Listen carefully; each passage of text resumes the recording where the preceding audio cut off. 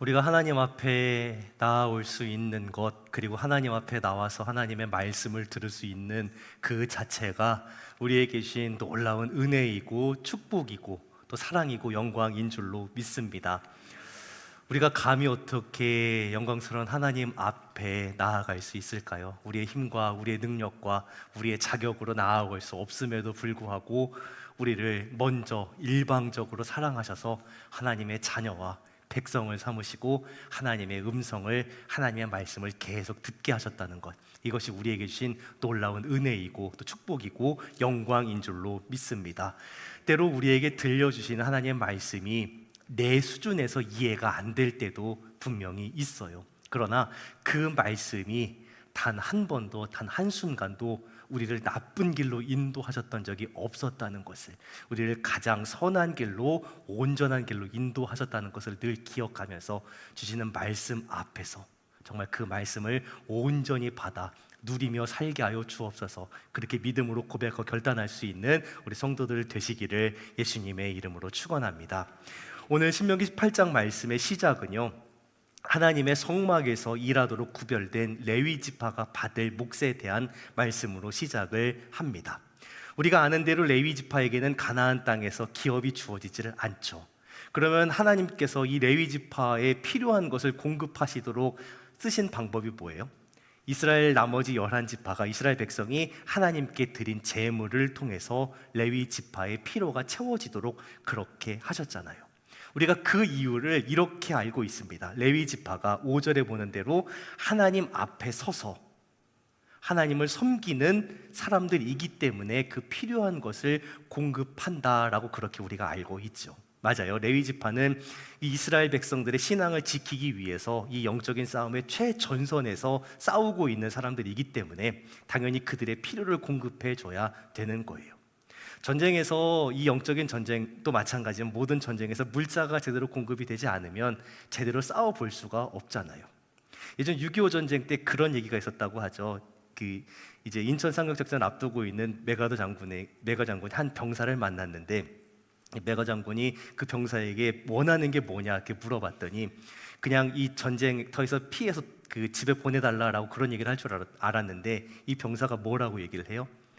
총알을 충분하게 공급해달라고, 싸울 수 있는 총알을 충분하게 공급해달라고 그렇게 대답을 했다라고 하죠. 맞아요.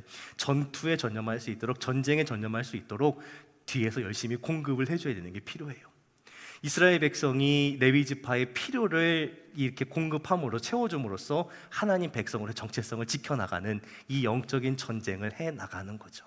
하나님의 일을 위해서 부름받은 그 사람들을 돌보고 그 필요를 채우는 것, 섬기는 건 이스라엘 백성의 정체성을 지키기 위해서 아주 중요한 문제입니다.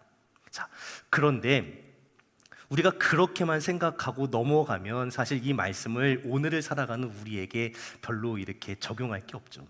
이 말씀을 가만히 생각해 보면 솔직히 의문이 생깁니다. 어떤 의문이 생기냐면, 왜 하나님은 레위 지파의 필요를 이렇게 복잡하고 어렵게 공급받게 하셨을까 싶어요. 제가 방금 그 영적인 전쟁에 대해서 비유를 했잖아요. 전쟁터에서 모든 물자가 잘 공급되는 건 되게 중요한 문제입니다. 그러면 그 물자가 공급되는 구조를 안정적으로 만들어야 돼요. 무슨 일이 생겨도 그 공급이 끊어지지 않게 만들어야 합니다. 자, 그런데 이 구조는 어떠한 문제가 있어요? 만약에 이스라엘 백성들 중에 가장 숫자가 많은 지파 하나가 우리는 레위 지파가 쓸 걸 내놓지 못하겠다라고 해버리면 레위 지파의 생계는, 또 일하는 사역은 곧바로 흔들리게 됩니다. 흉년이 들었던가, 아니면 가장 큰 지파가 우리는 우리의 몫을 내지 않겠다라고 해버리면 레위 지파의 생계도 사역도 흔들리게 돼버려요. 실제로 그런 일이 어디서 벌어져요? 느헤미야 13장에서 벌어지죠. 이스라엘 백성이 내야 될 11조를 내지 않습니다. 그러니까 레위인들이 어떻게 해요? 먹고 살기 위해서 성전에서 일하던 것을 다 내려놓고 자기들에게 주어진 밭으로 가서 농사를 짓기 시작합니다. 이런 문제가 나와요. 그럼에도 불구하고 하나님 왜 이 방법을 쓰셨을까? 레위 지파에게 직접 기업을 주시면 되잖아요. 아니면 하나님께 직접 공급하시면 되잖아요. 그럼 더 안정적으로 생활할 수 있고 사역할 수 있거든요. 그런데 하나님은 이런 안정적인 방법을 모르시는 게 아닐 텐데 하나님의 일을 가장 직접적으로 섬기는 레위 지파가 가장 불안정한 구조 속에 그냥 놓여 있게 하셨습니다. 왜 하나님은 더 안정적인 방법을 쓰지 않으셨을까요? 왜 이렇게 간접적으로 공급받게 하셨을까요? 이 문제를 조금 더 확대 생각해 보면 그렇게 생각해 볼 수 있을 것 같아요. 왜 하나님은 내 문제를 뭔가 직접적으로 해결해 주지 않으실까? 왜 확실한 방법으로 해결해 주지 않으시고 이게 간접적인 좀 불안정한 이런 구조 속에서 하나님의 뜻을 알아가게 하고 또 하나님께 공급받게 하셨을까? 오늘 말씀을 통해서 왜 그런 구조 속에 우리를 두셨는지를 기억하고 하나님의 뜻을 알아갈 수 있는 시간이 될 수 있기를 소원합니다. 왜 하나님은 이런 관계를 만드셨을까요? 레위 지파와 열한 지파, 이스라엘 백성들을 이렇게 복잡한 어려운 관계로 묶어 놓으셨을까요? 사실 일방적인 관계가 아니죠. 이스라엘 백성들이 레위 지파에게 일방적으로 주는 관계도 아니고요. 또 레위 지파가 이스라엘 백성들에게 일방적으로만 하는 관계도 아닙니다. 서로 쌍방의 관계입니다. 레위 지파는 이스라엘 공동체에게 하나님의 말씀을 영적인 은혜를 공급하는 그런 통로가 되고요. 또 이스라엘 공동체는 레위 지파의 실제적인 삶을 책임지는 그런 경제적인 공급 통로입니다. 이스라엘 공동체가 레위 지파의 필요를 공급한다는 얘기는 뭐예요? 레위 지파가 사라지면 영적인 공급도 끊어지게 되는 거죠. 결국 레위 지파에게 계속 필요한 것을 먹을 것을 공급한다는 얘기는 우리가 하나님께 받을 은혜의 통로를 말씀의 통로를 계속 살려두겠다라는 그런 의미가 됩니다.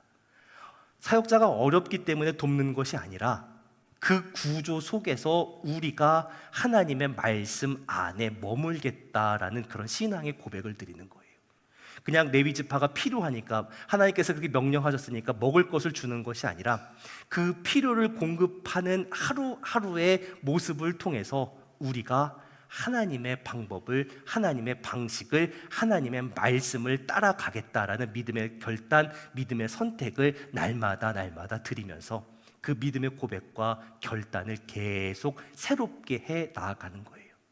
만약에 하나님께서 레위 지파에게 직접 공급하셨다면 나머지 11지파는 믿음의 고백이나 믿음의 선택이나 결단을 할 이유가 없어져요. 그렇지만 이렇게 불안정한 구조 속에서 어떻게 하신 거예요?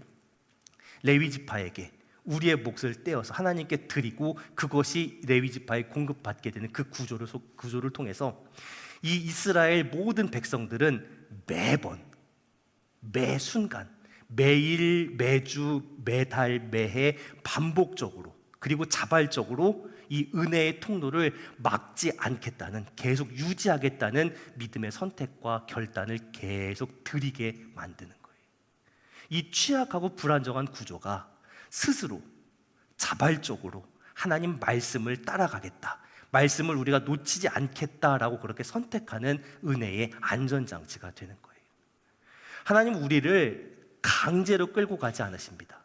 우리가 신명기 말씀을 쭉 읽으면 하나님 뭐라고 말씀하세요? 너희 앞에 생명과 사망을, 복과 저주를 두었다 말씀하십니다. 이 갈림길 앞에서 어느 길을 선택할 것인지 계속 물으십니다. 이 말씀도 마찬가지. 너희가 레위 지파의 필요를 공급함으로 인해서 너희가 하나님 말씀을 계속 붙들고 살아갈 것이냐, 아니면 너희가 원하는 방법대로 그냥 살아갈 것이냐를 물으시면서 하나님 방법대로 살아갈 것을 계속 우리에게 결단하도록 이끌어 가시는 거예요.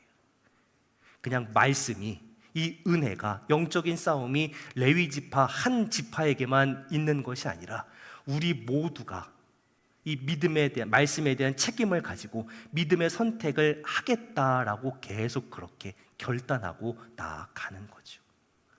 우리의 삶이 내가 원하는 방식이 아닐 수 있습니다. 뭔가 더 시원하고 뭔가 더 확실했으면 좋겠다라는 생각이 늘 들어요. 그러나 우리를 이러한 상황 속에 놓으시고 우리가 하루하루 하나님 은혜 안에서 말씀 앞에서 믿음의 선택과 결단을 드릴 수 있도록 인도해 가신다라는 것을 기억하고 이 취약한 불안정한 삶 속에서도 하나님, 내가 은혜를 선택하고 말씀을 따라가게 하여 주옵소서. 그렇게 고백할 수 있는, 결단할 수 있는 우리 사랑홍동의 성도들 되시기를 예수님의 이름으로 축원합니다.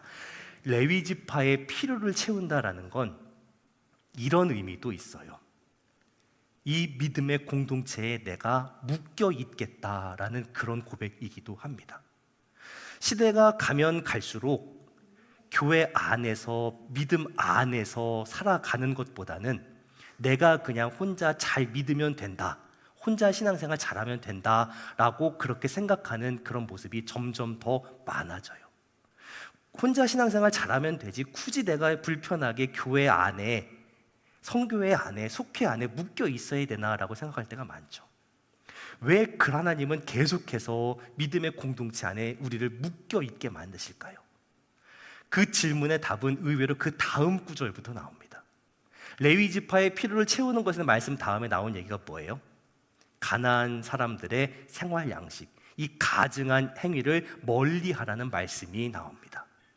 레위 지파의 필요를 채우는 것과 가나안 사람들의 가증한 생활 양식을 따르지 말라는 이 두 가지 말씀이 이어져 갑니다. 이 두 말씀이 이어진다는 건요, 이 두 말씀이 따로 떼어놓을 것이 아니라 한 가지 의도 아래 놓여 있다는 것을 의미합니다. 가증한 행위를 멀리하라, 본받지 말라 말씀하시죠. 그리고 구체적인 내용들이 10절, 11절, 12절 나옵니다. 점치는 것, 무당 쫓아다니는 것 하지 말라는 거예요. 왜 이런 걸 가증하다고 하셨을까? 우리가 왜 점집을 가요? 교회 다니고 예수님 믿는 사람들 중에도 점집 가고 무당 찾아간 사람들 많다고 얘기를 하죠. 왜 그럴까요? 내일이 불확실하기 때문에 그래요. 미래가 불확실하니까 불안해요. 그러니까 어떻게 해요? 눈에 보이는 확실한 답을 지금 당장 주는 곳을 찾아가려고 하는 거죠. 우리가 늘 찬송으로 이 눈에 아무 증거 아니 배워도 입으로는 수십 년을 얘기했는데 이 눈에 아무 증거가 아니 보이면요 못 따라가요. 믿음만 가지고 늘 걷지를 못해요. 하나님께서 하나님의 때에 하나님의 방법으로 이루신다라는 걸 내가 내 삶으로 믿지를 못해요. 그 어떻게 해요? 기다리지를 못하죠. 하나님의 때를, 하나님의 방법을 기다리지 못하고 내가 움직여요. 내가 움직여서 어디로 가요? 가장 확실한 것을, 눈에 보이는 것을 보여주는 그곳으로 가게 돼요. 그러니까 결국 무당, 점집 찾아가는 건 하나님 못 믿는다는 거죠. 나에게 가장 좋은 길, 가장 선한 길, 가장 완전한 길로 인도하신 하나님을 신뢰하지 못한다는 거예요. 하나님 아닌 다른 것을 믿고 의지하고 따라가요. 그러니까 내 삶에 하나님의 다스리심이 없어도 된다라고 얘기하는 거예요. 하나님의 다스리심을, 하나님의 인도하심을 뿌리쳐버려요. 손을 놓아버려요. 이것이 하나님 앞에서 가증한 일이라는 거예요. 근데 우리는 이 가증한 일을 무당이나 점집 찾아가는 것, 여기까지로만 한정을 지어요. 근데 하나님께서 가증하다라고 말씀하신 근본적인 이유가 뭐예요? 하나님의 인도하심을, 다스리심을 거부했기 때문에 그런 거예요. 그 손을 놓아버렸기 때문인 거예요. 하나님의 방식을 따르지 않겠다라고 했기 때문에 하나님께서 가증하다 하신 거예요. 하나님께서 우리를 하나님의 백성으로 부르셨을 때 반드시 하신 일이 뭐냐면 우리를 공동체로 만드셨다라는 거예요. 이스라엘 백성들에게 언약을 주었고 공동체를 만드셨고 그 다음에 말씀을 하는 지식을 주었고 그 다음에 가나안 땅에 인도해 주신 거예요. 언약이 있었고 공동체가 있었고 그리고 말씀이 주어졌고 그 다음에 약속의 땅입니다. 공동체가 없으면요 하나님 말씀이 주어지지 않아요. 그런데 혼자 알아서 신앙생활 하겠다? 하나님의 방식을 굳이 따르지 않겠다라는 거예요. 내가 혼자 신앙생활 한다는 건 내가 원하는 방식을 놓지 못하겠다라는 그런 의미이기도 해요. 은혜를 받아도 내가 원하는 방식으로 받겠다인 거예요. 참 위험하죠. 사실 이 공동체와 어느 교회나 마찬가지입니다. 교회 공동체 안에서, 선교 안, 속회 안에서 그 속에서 하나님의 인도하심을 받으면서 간다는 거 되게 답답한 일이에요. 믿음의 상황이, 연차가 다 다르잖아요. 그 속에서 인도하신 하나님을 따라간다? 엄청나게 불확실합니다. 답답해요. 그러니까 어떻게 해요? 나 혼자서 분명하고 확실한 방법을 찾겠다라는 거죠. 하지만 이것이 참 위험합니다. 결국 하나님께서 세워주신 방식을 따르지 않고 내 방식대로 하겠다라는 의도가 있기 때문에 그래요. 겉모습은 다를지 모릅니다. 점집에 가지 않으니까, 무당집에 가지 않으니까 믿음의 모습을 가진 것처럼 겉모습은 보이지만 그 속의 본질은 전혀 바뀌지 않았다는 거예요. 하나님의 방식이 아니라 내가 원하는 방식으로 살겠다. 하나님의 방식이 아니라 내가 원하는 방식으로 은혜를 받겠다. 하나님은 이 마음에 대해서 가증한 것이라고 이렇게 말씀하십니다. 우리가 잘 기억해야 돼요. 하나님 우리에게 이 답답하고 잘 움직여지지 않는 것 같은 믿음의 공동체 안에서 여전한 방식으로 매 주일마다 예배를 드리면서 은혜를 공급받는 그런 방식을 우리에게 허락해 주셨다라는 거예요. 그러면 우리가 눈에 보이는 모습부터 하나님의 방식이어야 해요. 우리의 신앙이, 우리의 믿음의 여정이 눈에 보이는 눈으로 볼 수 있도록 드러나는 그런 방식부터 하나님의 방식이어야 된다라는 거예요. 내가 눈에 보이는 영역에서도 하나님 말씀에 순종하지 못하는데, 하나님 방식에 따르지 못하는데 눈에 보이지 않는 하나님 경외한다고 말할 수 있겠냐라는 거예요. 우리의 눈에 보이지 않는 이 믿음의 영역을 눈에 보이는 것에서부터 나타낼 수 있는, 하나님 방식대로 살아갈 수 있는 우리 홍동의 성도들 되시기를 예수님의 이름으로 축원합니다. 그렇게 살아가는 것이 하나님 앞에서 완전한 모습입니다.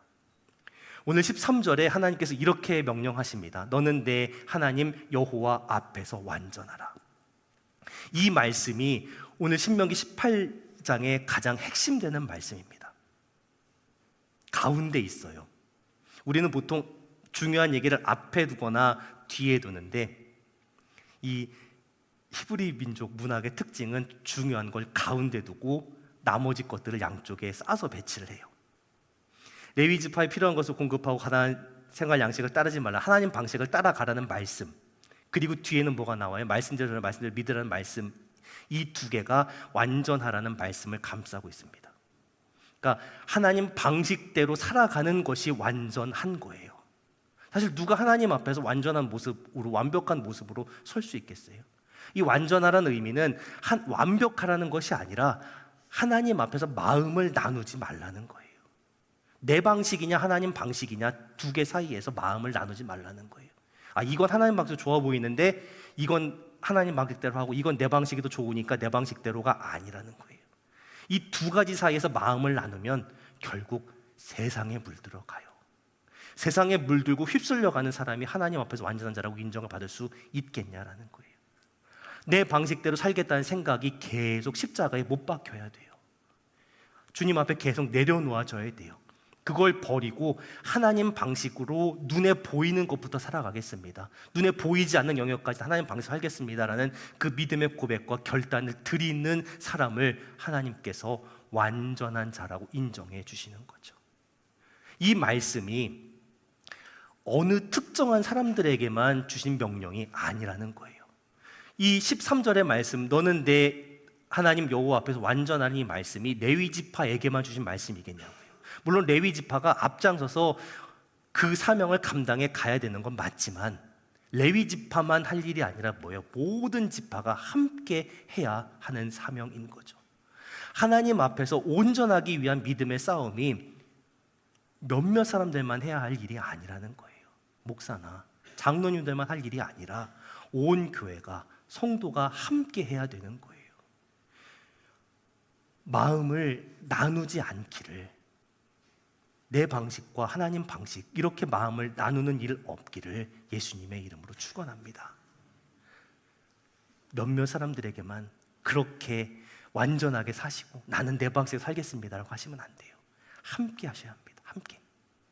모두가 하나님 앞에서 완전하게 설 수 있도록 함께 서로를 사랑과 선행으로 격려하면서 믿음의 선한 싸움을 감당해 나아갈 수 있는 우리 홍동의 성도들 되시기를 예수님의 이름으로 축원합니다. 근데 마음이 자꾸 왜 나눠져요?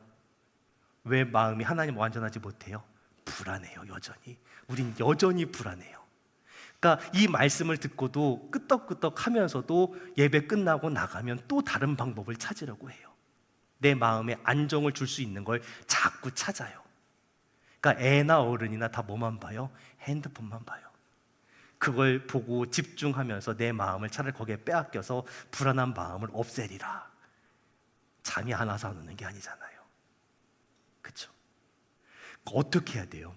그렇게 불안할 때 내 마음에 안정을 줄 것처럼 거짓말하는 것에 휩쓸리면 안 돼요. 내 마음에 안정 줄 수 있을 것 같아 라는 것들 찾아다닐 게 아니라 우리를 이곳에 부르셔서 여기에 모으셔서 하나님 자녀와 백성 되게 하신 그 주님께 나아가야 되는 거죠.